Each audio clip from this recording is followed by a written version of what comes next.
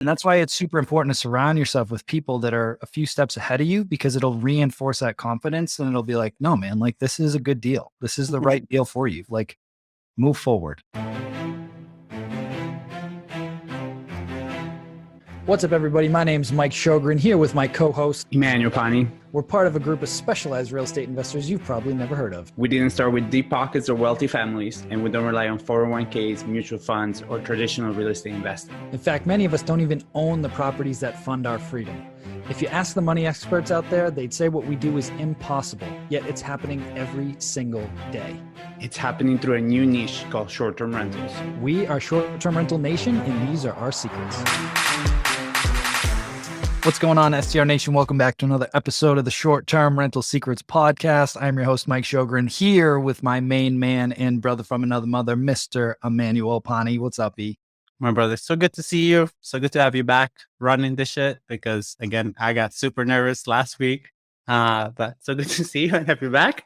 Man, life is good. How was I saw you guys. We're at night. That was good, man. Like, I don't like fully unplug that much, which sounds bad, but I like doing what I do. So Yeah.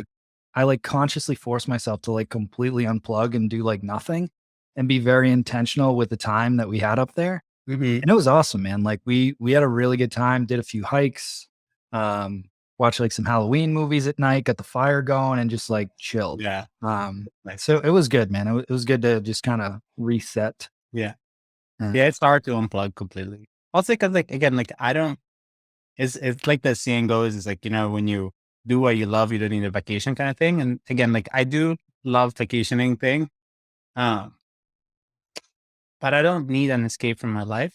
And again, like I'm a big believer, this is the one life we have, right? So if you need an escape from your life all the time, I would urge you to like kind of reconsider what it is that you're doing. 100%, man. Like we go to like the supermarket down there and they always have like the real estate listings, little books and all the things. And I'm always grabbing them like, oh, we should go look at this place and we should go look at this place, right? Like I just like it. Like I just like doing that stuff. So 100%, but I did not look at any real estate while I was up there.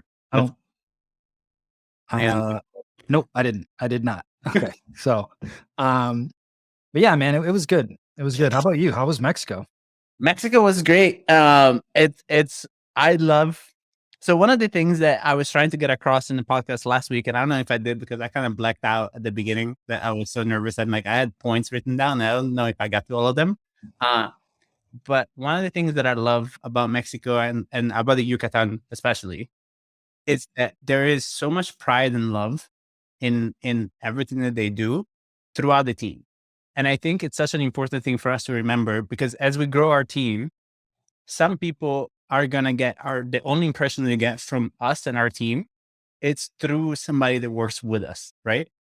And if you don't really manage to get the culture and the love that you have as a core team throughout all your kind of arms and tentacles, some people might get a shitty experience because the one person that actually talked to them or touched them didn't embody your values.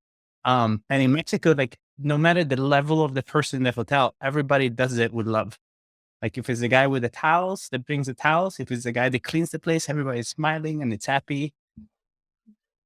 And I don't know how to teach that really. I don't know if it's a teachable thing through and through. I don't know if it's man. Like that's just a solid culture of like, we put our guests first. Yeah. And we love what we do. But I would love to like find, because I think it's like, yes, it's a cultural thing, but also like, I find that really good hotels manage to find a lot of those people. So it has to also be in their SOPs and their training, because it's almost like, yes, you find the right person, but then they just hammer it in a level that is just like above and beyond, right?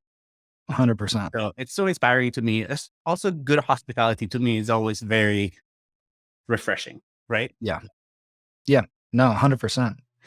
Well, that's awesome, dude. Glad to get a little time away. So I'm trying to think what else is going on. So we got, your thing. That's been going good. We officially got the PNS all finalized, got the appraisal next week for the hotel. Should close on that bad boy in December. So now we're just hitting the due diligence pretty heavy. So yeah, it's exciting, man. I'm looking forward to it. kind of like the next big leap, right? We went from the single families to the 13 unit to the 21 unit to now over 50 unit. So yeah, man. And it's awesome to just see it along the way. You know what I mean? And like, I don't feel you as hesitant as I did in the other ones because there's just that confidence, right? And it's funny that it's like with anything, man. Like exactly. The more reps that you have with something, the more comfortable you get. And that's why I tell the students, the mastermind members, I'm like, your first deal is always the hardest, man. Yeah. This goes for everybody, right? Because you're just like, I think this is going to work, but I don't know if it's going to work. And you start to doubt yourself. And then like, once you get a deal or two or three, it just starts to build your confidence and it just compounds over time. Yeah. Right. And that's why it's super important to surround yourself with people that are a few steps ahead of you, because it'll reinforce that confidence and it'll be like, no, man, like this is a good deal. This is the right deal for you. Like move forward. Right. And kind of hold your feet to the fire. 100%. And I think that actually kind of leads us nicely to what we thought we should talk about today. Yeah. Because one of our friends, literally, I don't know, 20 minutes ago, one of our friends, I won't say his name just because I don't want to. He's been on the podcast. He's a good friend of ours. Yeah. He got a killer deal last year. He bought a beautiful luxury property down on the west coast of Florida, popular area. He got it for $1 million. It was cash flowing really good. And then he just got an offer from somebody that was too good to refuse. Sold it for 1.7. And he was just hitting us up like, hey, we just sold it. Real good exit. Made 70% appreciation on this thing in 1 year. But what do I do now? Do I 1031 this and kick off the capital gains and put it into another luxury property? Or do I just eat the capital gains and hold my cash? Right? Because there's a lot of talk in the news and everything else about like this huge recession and things are going to get really bad and really ugly. And like, what do I do? Right. And I know a lot of people are asking themselves that. And Ian and I have talked offline a lot about different deals we're looking at and different whatever. And so he was like, dude, we should just talk about this on the podcast today. So I was like, yep, let's roll. Also because there is so many, so as always, right? Like one of the things that I really urge people to be against is the mass blanket kind of statement of it's not a great time to buy now, or it is a great time to buy. Because it's so individual to the person in your particular situation. So for example, Aaron, but that person, the capital gains on such a short, because he had held it for so short, that holds a certain amount of weight, right? But if you're in a different position and you held the place for a couple of years, you're already out of that capital gains kind of like conversation, maybe, possibly, right? It'll be significantly less. Let's put it that way. Right. So there's so many different things that you could play in, right? Or in my particular case, maybe you can find a deal that is somewhat already up and running, wasn't done well, that you can just put a little love and magic into it, leverage all the fear there is in the marketplace. So get yourself a great deal and be up and running before season starts. Get all the money from season. And then you're still cash flowing. Maybe you're not cash flowing as much. Yeah. But you're still cash flowing, right? Let's break it down into different steps, right? Because you touched on the first thing that I want to hit on is like, it really does depend on your specific situation, honestly, right? And so I just had Kenny Bedwell from STR Insights come and talk to the mastermind group this week as like a little market update and all this stuff. And he did a great presentation. He's been on the show before. You can check it out. We'll put the link down below. But he knows his data, right? He's a data guy. And he talked about like, for example, if you're a doctor or a lawyer and you are looking to maximize the tax benefits and offset your active income through short-term rentals, that's a different bucket than if you're somebody that's just trying to maximize cash flow, right? So one of the things he brought up, which I thought was brilliant, was if you're going to go buy a property in, say, Destin, Florida on the beach for $1 million, or buy a property in the Smokies for $1 million, the cost of the land in Destin is much higher on the beach than it would be in the Smokies. So you cannot depreciate land. So your tax benefit would actually be better in the Smokies. right? So it's, and I don't want to get too deep in depreciation and everything else. That's not the point of this. But what I'm trying to say is that it really depends on your personal situation. So if you're someone like our friend and you're going to be looking at a multi 6-figure tax bill, okay, what is my strategy? Am I looking for a property for the next 12 to 36 months? Or am I looking for a property to hold for the next 5 to 10 years? Those are two very different situations. So you got to ask yourself, like, what is my goal right now?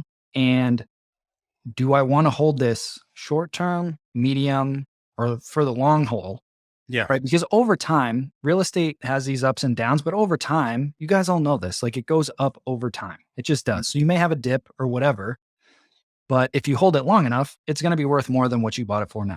Right. Like especially once we push the like 8 to 10 years, right? Like once you go into 8 to 10 year cycles, then you look at the US real estate market historically, it doesn't go down over a 10-year window. It always goes up, right? Obviously in the short term, that's a whole different story. I also fall back into like one of the quotes is like, we don't wait to buy real estate, we buy real estate and wait, right? So there is a truth to that component as well.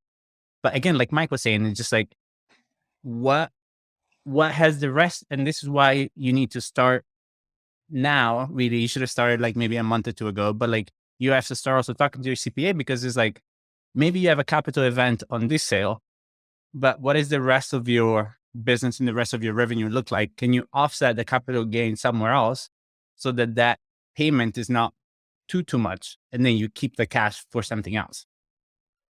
Yeah. Exactly. Right. And so, real quick, I just want to give you guys a resource for this. Because it's super important now more than ever that you really know your numbers, right? You need to know how to analyze the market, and then you need to know how to run the numbers on the deal. Because a lot of people, they'll DM me on Instagram and they'll be like, hey, I bought this deal. And it's not doing as well as I was hoping. And I'm like, okay, what did your projections look like when you bought it? And they're like, well, the seller told me that they did this. So, and I'm like, no, did you analyze the deal? Right. And they're like, well, no, like this is just what they told me that they've done. This is a numbers game. Okay. So you got to buy it right. You make your money when you buy. So I want to give you guys like a free training on how I analyze markets and my deal analyzer that I use for free, because I'm getting more and more of these, and I just want to make sure that you guys are not putting yourself in a bad situation. So just go to strsecrets.com/resources. And there's a few trainings, extra bonus stuff in there too, but there's one specifically on how to analyze markets and one on how to analyze deals. Because even if you're looking for just the tax advantages, I still do not want you to buy a deal if it doesn't cash flow every month. Because I've seen people do this in the past where they're like, yeah, it's going to appreciate over time. That's great. But if it's costing you money every month, that's not an asset. It's a liability. And so it's like gambling too, right? Like 100%. It's not. And again, if you want financial freedom, you don't do financial freedom on Hail Mary. Like you can't just hope that it's going to appreciate. You can't just hope that it's going to keep cash flowing. You can't just hope the occupancy is going to stay the way it is, and like you just can't, and like, in addition to knowing your numbers, I think this is where it's super important for you to have a board of directors around you that can help you shoot the holes into whatever deals you have, right? So I know how I am with my clients now. If people are looking to buy right now, it's obviously not the same market they was 6 to 12 months ago, right? And so one, you have to be able to find a realtor or a broker that is on your side, that can, one, help you negotiate well, two, that has the ability to not need the money. And I know this is like it's a tricky question to ask somebody, right? But my fear right now is that people are going to get pushed into deals by agents that need the commission just because the agents need the commission. Yeah. And you need to know your numbers, one, because you need to know your numbers, and two, you need to know your advisors that actually have the best for you, like your best outcome in mind. And so it has to be a question that you can ask it however you want, but it's like, would you want, like, an easy way to ask it, in my opinion, is like, would you buy this deal? Yep. Right? Would you buy this deal? And why? Right? And then if they give you the bullshit answer, like, because it's a great area and they always make money, and like, I mean, you could put not, them on the spot and just be like, why aren't you buying it? yeah, exactly. You know, like, you know what I'm saying? And then on top of that, I was going to say allowed, that sounds ugly because obviously my clients are free to do whatever they want, but I'm always only allowing them to buy one or three things, right? It's either heavy rehab properties where we can either add a bathroom or add a bedroom or both, right? Because to me, again, when the marketplace gets oversaturated, the stuff that needs more work, it's going to be less desirable to the majority of people. And so we're going to go heavy rehab, modernize things, the ugly duckling on the street, really make it super functional, or stuff that is already up and running as an Airbnb that we can negotiate aggressively on. Get all the furniture if it's worth it, right? And or just negotiate aggressively on because they didn't do their homework, right? And in Florida, if you're in Florida, September was a September from back in the day. And by that, I mean it's a pre-2020 September, right? And the hurricane came, like a proper September that we haven't had in a long time, right? So now the time is now that you need the deals need you, like the sellers need you. So own that power that you have now, because you haven't had it. If you've been in this space for the last 2 years, you've never experienced that. You never experienced your ability to negotiate on inspection, never had the ability to negotiate on asking price. You never had that. You don't know what that feels like, you know? Yep. And that's how you protect yourself. Yep. In a sense, right? And it just starts with knowing your numbers, right? So again, like my criteria, if I'm going to do a deal, it has to produce at least a 25% cash on cash return. So if I put $100,000 in, it has to pay me at least $25,000 in net profit every single year, right? Just for simple math. Like that's like my hard and fast. If there's ways that I can go in and enforce that appreciation, awesome. Great. I am also a long-term buy and hold investor. So like my thing is not to get in and flip properties and do all this stuff. So if a deal comes up for me personally that I can generate at least 25%, and then I have some revenue numbers now for minimums, like if it's a $50,000 house and I make 25%, great, but it's still not worth my time at this phase to do that, right? So like just thinking through what are your criteria based on where you're at and what your goals are. If the deal makes sense, great, but it all starts with the numbers. And like E said, there's going to be more and more buying opportunities now because the market is shifting. And I think a lot of sellers are panicking a little bit of like, oh shit, am I too late to the boat here? And so you can put in an offer under asking, which has been unheard of for the last 18 to 24 months. Yeah. And also you can find things that have been sitting. And also you can find things that have been sitting with unrealistic and incompetent agents. Because that's something that I posted the other day. Like if you follow me on IG, I posted a house the other day that was listed for the past 60 days, came on the market at $950, is now at $699. Right? The market hasn't adjusted that much. That just means that somebody got greedy or hired an incompetent agent. And like I'm gonna be the first one to say, as a broker and an agent, agents most of the times are part of the reason that we get real estate bubbles and recessions. Because they don't know what the fuck they're doing half of the time. And again, going back to like my question from earlier, it's human nature. If you need money for your survival, a lot of people are not going to care if they put you in a good or a bad deal. Because anyways, most agents are not around long enough to have to sustain the repercussions of the fact that they were shitty agents. Does that make sense? Yeah. I mean, it's like a low barrier to entry. Yeah. It's low, but it's a lot of money. Like people can make a lot of money, like, you know, and you know, people make a lot of money and then they just get on the bandwagons. It's like, yeah, this made this. So kind of getting back to what is your specific situation? What is your specific goal? And the other thing is real estate is local. Okay. It's hyper local. So when people talk about like the national real estate market, that's BS. Right. And I learned this from a mentor almost a decade ago who had thousands upon thousands of apartments, who taught me about market cycles and how real estate is local, because when one market is booming, another one isn't, and all these different things. So really, again, going back to understanding your market and where you want to be, it may be oversaturated or a hot market in Miami. I don't know. But it's not. And maybe it's a buyer's market in Kansas City, Missouri or something. Yeah. Right. I'm just throwing out random examples. Don't quote me on that. I'm just giving you context of like every market is going to be different. And historically, the coastal markets are the ones that swing the most up and down. And the middle of the country tends to kind of stay a little more stagnant with slow and steady growth. Yeah. Right. You don't get the huge appreciation swings. You don't really have the huge crashes. It's just kind of steady Eddie. Right. Now, again, do not quote me on this because I am no economist and I don't have a crystal ball. But do I think that there's going to be like a major crash like 2008? I don't think so. I think there will be a correction, but there's none of this crazy lending that was going on back then of like people were getting these mortgages and then all of a sudden their payment went from $1,000 a month to $3,000 a month, like overnight, and then they couldn't afford it. And then everything just started to collapse.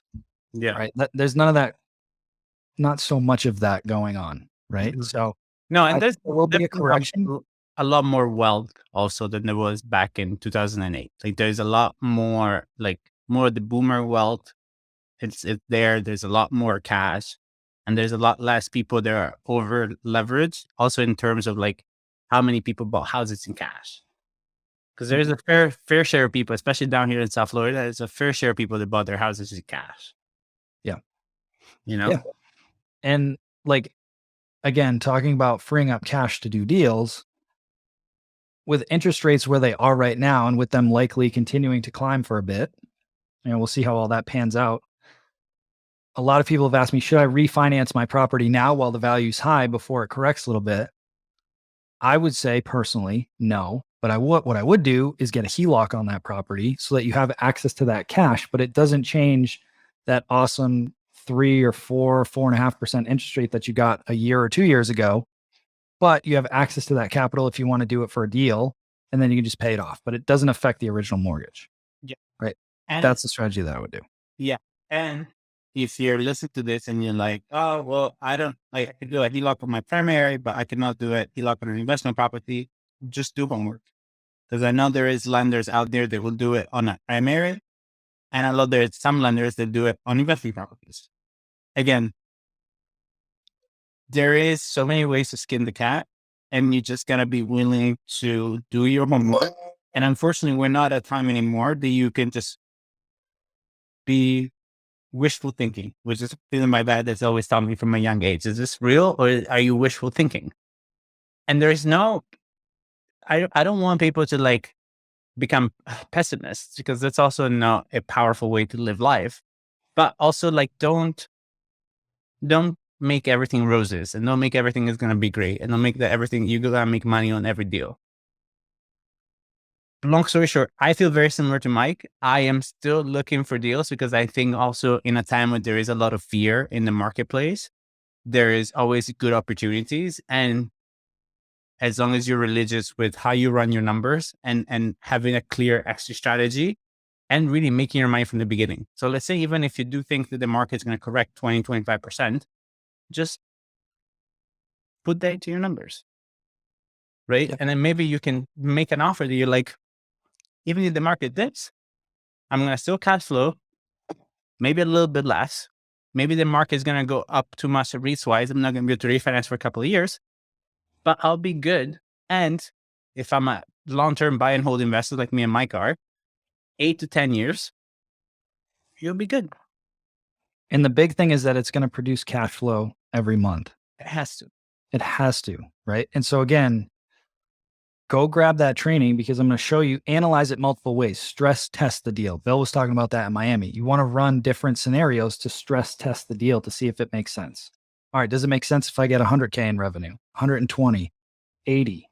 What if my expenses go up on this thing, this thing, and this thing, right? And you stress test it to see, can I still maintain solid cash flow and certain percentage returns if this happens, or if this happens, or if this happens, right? Again, it's not It's not gambling. It's not throwing darts. It's knowing my numbers and stress testing those numbers for different scenarios.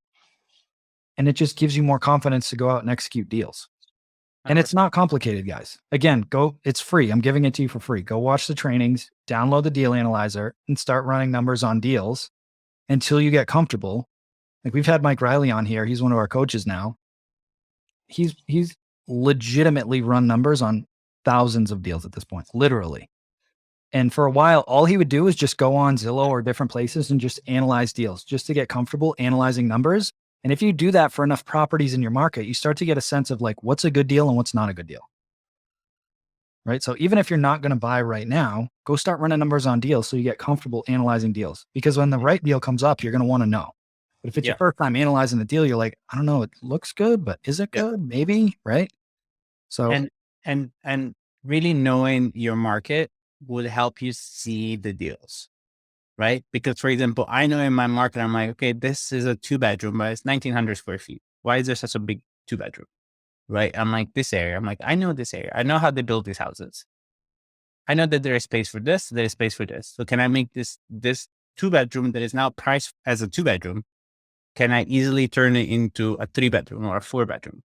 Right? So like in understanding that and understanding the value add. And then the other thing that Gary Vee posted yesterday, I think it was, a couple of days ago, it's about the patterns of spending. And I think that's another thing that I would love for you to start. And I'm saying this out loud because it's something that I need for me as well, is start being more cautious in the other areas of your life where you're spending money and how you're spending money. Not to limit yourself, but to start understanding that like there is areas that I would rather you put more towards your investment bucket, even if you're not going to take a shot, but start trimming down everywhere else where you can, where you've been maybe like overspending. And this shows that 76% of Americans are now waiting or delaying big purchases, right? So like cars and so on and so forth. So it's just like, be wary and have some savings, right? Because like we don't want to go into a recession and then you become kind of desperate, because then desperation leads to bad choices in terms of guests, in terms of reservation, in terms of properties, in terms of owners that you're going to onboard, in terms of deals that you're going to do, partners that you're going to choose. It's just not a pleasant space to be in. So if you're going to do a deal, okay, and you have a certain amount of money to work with, make sure after you close on it and you furnish it, you have 3 months of reserves for expenses for that property is a cushion, right? Just as a little extra cushion. The banks make us do this, like for some of the commercial stuff. Like we get an escrow, I think 6 or 9 months of like principal, interest, taxes, insurance. Yeah. Right. Just because again, like it just adds a little extra comfort level to you. Mm-hmm. Right. And I see a lot of people, they'll buy the deal. And we did an episode on this, whatever it was, a month ago, about like, if I had 100 grand, what would I do with it? You notice I didn't spend 100 grand on the down payment or 100 grand on the down payment and the furniture. It was like 100 grand or 50 on the down, 30 to 35 on the furnishing. And then I had like 15K in reserves, right? Mm-hmm. Just there. So when you know how to chunk it down that way, it's just going to help you a lot. So like to wrap this up, are E and I still buying deals? Yes. Like I'm under contract on the biggest deal I've ever done right now. And I'm very confident in that deal. Mm-hmm. Right. But I also stress tested the hell out of that deal through the deal analyzer and through other pro formas that I've done now. So like, know your numbers. You can continue to buy 100% as long as the deal makes sense. It's that simple. And I think the buying opportunities are going to continue to get better and better and better as all this fear is pumped into the market. And then less people are going to buy. So you have less competition. So you have more buying power when you're going to these sellers and you're like, yeah, I'll take that at like 30K below asking. So just know your numbers, surround yourself with the right people. You're already consuming good information through this podcast and other resources. Continue to educate yourself, surround yourself with the right people, know your numbers, and then move forward and make a decision. Yep. And there's always ways out, as long as you like, you know what I mean? If you get yourself and you write the offer and you get an offer accepted, even if it makes sense on paper, and then you just don't feel good about it, just walk away. it's in your right to walk away, right? And like, and there's the right team around you will help you get through your due diligence quickly and be able to put you in a spot that is like, okay, our best possible outlook is this. It's looking like this. Do we still want to move forward or not? And again, like I am more interested in the reps and the practice of it than the deals. Like if you don't feel comfortable closing a deal, that's fine. But that doesn't mean that you shouldn't practice. Because then if you wait to practice when the time is perfect, then you're missing time. And the people that have been practicing their whole time that maybe are the same level as you or slightly below you, they'll just be above you just because they kept practicing. Yeah. I'll just end with this just to tie it in with that first mentor that I was talking about. He used to have us call brokers and analyze deals in markets that we didn't even want to operate in just to get our reps in. So if we sounded like an idiot or whatever, we could practice in a different market that it didn't even matter. Right. So you can just literally go on Zillow or realtor.com or Redfin or whatever and just start running numbers on deals and whatever market that you're interested in and just get comfortable analyzing deals. Yeah. So just don't eat the fear, man. Like just don't make it be from a place that you're empowered and educated and you're choosing not to pull the trigger because it's not the right thing for you. Don't buy the bullshit. Like don't buy the fear. Because again, is there uncertainty? Absolutely. Is there still good deals? Absolutely. So like, it's just a matter of like doing the right thing. And like Bill said, right? Like if you do the right things, you can reduce your risk to low digits, like under 5, under 6, under 10%. If the market corrects and you're like well adjusting the deal, you have that in there, you're fine. Just be empowered in your choices and don't follow the herd just because that's what the herd is doing. Just be you and educated and like empowered in why you're doing what you're doing. Yeah. If you do what everybody else is doing, if you're doing what the average people are doing, you're going to get average results. Follow like the wealthy people. If the herd's going this way, they're tending to go this way, right? What's that quote from Buffett? Like you buy when there's fear and you sell when there's greed. Is that what you're talking about? Yeah. Yeah. Exactly. Which is true. And look at that man. Like the man is like a fucking turtle. He's just on his fucking path and he just moves slowly and it's like, oh, there is fear. Here's money. Give me that. Oh, there's greed. Here's things. Give me money. And he just does this game. Yep. But then when you don't try to swing for home runs all the time, first base, bro, just first base. And I know it's not sexy and I know it's not exciting. I know it's not financial freedom, but a loaded house or however the hell you guys call it, eventually you start getting points on the scoreboard. Is that a whole analogy about baseball? I have no idea, but you get it. Oh, you're talking about poker or something. I have no idea, but a fool, whatever, just people will start coming eventually. And then you just need to keep putting people in first base because once everything is full, you'll just keep getting a little bit more and a little bit more and a little bit more. And then you won't even need to swing for home runs. That's it. I think I brought it back together. More or less. There you go. Base hits, baby. Base hits. Base it. Yeah. Cool. Yeah. So one more time, guys, just go to strsecrets.com/resources if you want that free training and the deal analyzer. Again, that's directly from my mastermind. So give that to you guys for free just to make sure you don't get in some bad deals. But go check that out. Completely free. I want to give one last shout out to my man, Danny, my videographer, who's been crushing it on Instagram for me. He's been pumping out content left and right. So big shout out to Danny. And thank you to you guys, by the way. If you guys listen and you follow me on Instagram, we just crossed like 30,000 followers on Instagram or something, which is nuts. So that's pretty cool. Awesome. Yeah. So. Also, Danny's killing it in his own right, in his own business. So we're very proud of him. 100%. And he's putting a lot of work into the gym as well. So it's just like, but what's funny is like, that's why you need a good group of people around you, because then you started realizing that like, they'll naturally, not even by making you, they'll just naturally encourage you to just level up all around. And that's who you need to be as a person. Like, I don't care what you care about. Just do your best and have fun in everything that you do, Yep. 100%. All right, guys. Well, hope you got some value out of this. Again, appreciate all of you for tuning into the show. Go grab those resources. Have an amazing week, and we'll talk to you guys soon. Hey, STR Nation, if you enjoyed this episode, please make sure to hit that subscribe button and leave us a review. And in the comments, let us know what topics you want us to cover on upcoming episodes, and we'll make sure to get that in the books for you. And if you really want to learn how to launch, automate, and scale your short-term rental business, if you want to go deeper, then check out our free masterclass at strsecrets.com.